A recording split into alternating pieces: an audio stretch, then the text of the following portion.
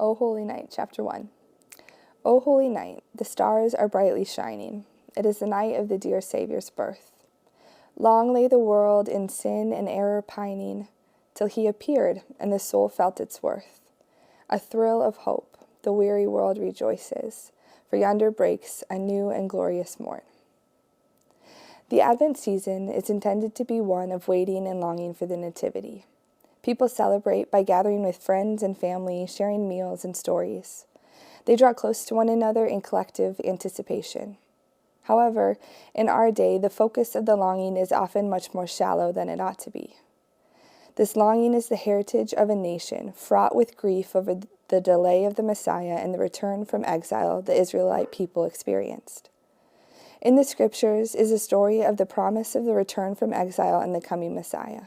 The story of the Bible is a story of the one true Creator God and his love for his people and the world. But the relationship between God and his creation was disrupted by the idolatry of humanity. Since that disruption, the whole world has been waiting, longing, and aching in anticipation for the restoration that God promised he would bring someday. The promise started with a man named Abram. He was a faithful man, desiring to worship Yahweh with a pure heart. But he was also a man without any children, and he was growing old, with the opportunity to conceive growing smaller and smaller. While Abram and his wife believed their chances of having a family were growing slim, the Lord came to promise them a son. But not just a son. He promised them a son through which the Lord would create a great nation, with descendants more numerous than the stars in the sky. After the promise was given, Abram and his wife grew impatient, waiting for the fulfillment. Her attempts at fulfilling the promise on her own only left her and Abram distant from one another and with more hostility and shame in their lives. But the Lord's way led to life and joy and laughter. As promised, the Lord eventually provided a son for them, even in their old age. He was named Isaac. He was the first son of the promise, the beginning of a great nation. Despite the assurance of the Lord's faithfulness to his promise, as made clear in the gift of Isaac and many other fulfillments, the Jewish people were restless and dissatisfied. They felt forgotten, frustrated to not be experiencing the fullness of the promised land and its delights. The Jewish people spent centuries longing for God to send the promised Messiah who would free them from the exile. The Jewish people had lived in slavery and freedom, in the promised land and out of it. They had lived with their own people as priests, judges, and kings over them, and they had lived with foreign nations reigning over them.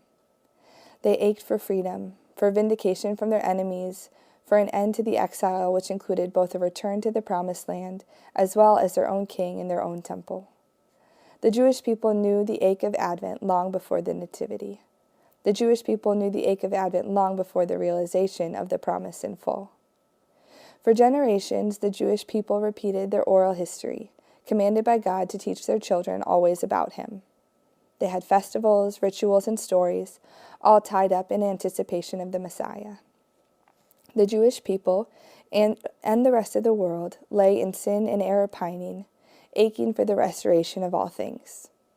For everything to be restored to their intended design, back to union with their Creator and with one another. With generation after generation submitting to evil desires and aimless paths, the Lord spoke to them through the priests and prophets. He desired desperately for them to turn their eyes and hearts toward him, to worship him in spirit and in truth. He desired for them to remember who he was, the I Am, the great one who sent plagues, called them across the waters on dry land, and fed them literal bread from the sky. He is the one who would surely fulfill all his promises and more. But the people were full of unbelief and rebellion, lost in their sin generation after generation.